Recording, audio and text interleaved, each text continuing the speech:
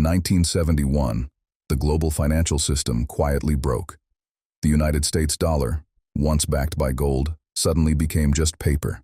No gold, no guarantee. And yet, instead of collapsing, the dollar became more powerful than ever. Why? Because of oil. A strategic agreement, a geopolitical gamble, and a system that would reshape the global economy for decades. This is the story of the Petrodollar System. To understand the petrodollar, we need to go back to the end of World War II. In 1944, representatives from 44 nations gathered in Bretton Woods, New Hampshire.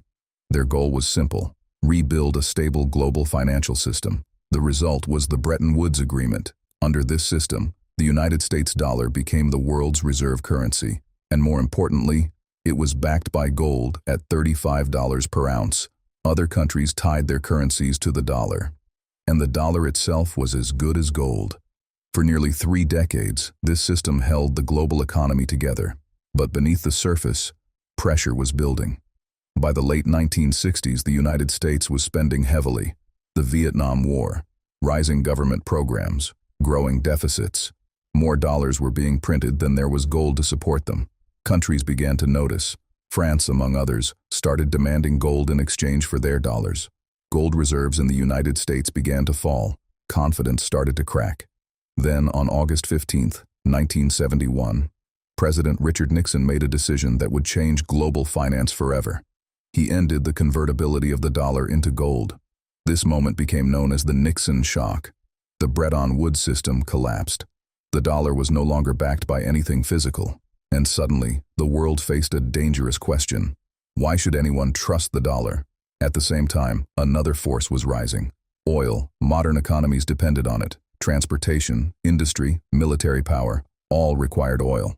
And by the early 1970s, much of the world's oil supply was controlled by OPEC, the Organization of the Petroleum Exporting Countries. Then came 1973. During the Yom Kippur War, Arab oil-producing nations imposed an oil embargo on countries supporting Israel. Oil prices surged. Global economies entered crisis. Energy had become the most powerful commodity on Earth, and the United States realized something critical.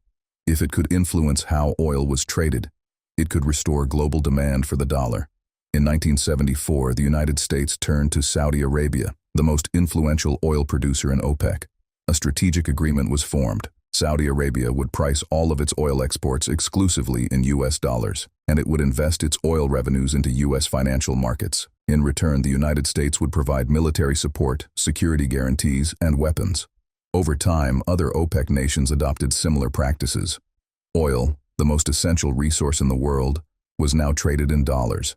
And just like that, the petrodollar system was born. The system worked with simple but powerful logic. If any country wanted to buy oil, whether it was Japan, Germany, India, or China, it first needed US dollars. This created constant global demand for the dollar. Countries had to earn dollars through trade or hold them in reserves. Meanwhile, oil-exporting nations accumulated vast amounts of dollars. They reinvested this money into U.S. Treasury bonds, banks, and financial markets. This process became known as petrodollar recycling. The result was extraordinary. The United States could run large deficits, borrow at lower costs, and expand its economy, while the rest of the world continued to depend on the dollar. But this system did more than stabilize a currency. It shifted global power. Control over the world's primary reserve currency gave the United States significant influence over international trade and finance. It enabled financial sanctions. It strengthened global institutions aligned with the dollar-based system. And it ensured that the U.S. remained at the center of the global economy. For decades, this system defined economic order, but no system lasts forever. In recent years, signs of change have begun to appear. Some countries are exploring alternatives to the dollar. China has introduced yuan-based oil trading mechanisms.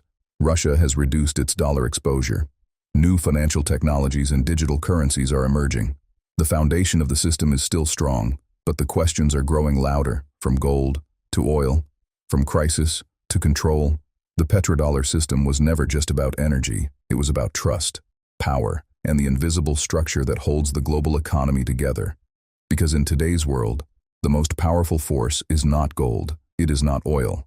It is the currency that everyone depends on, and the system behind it.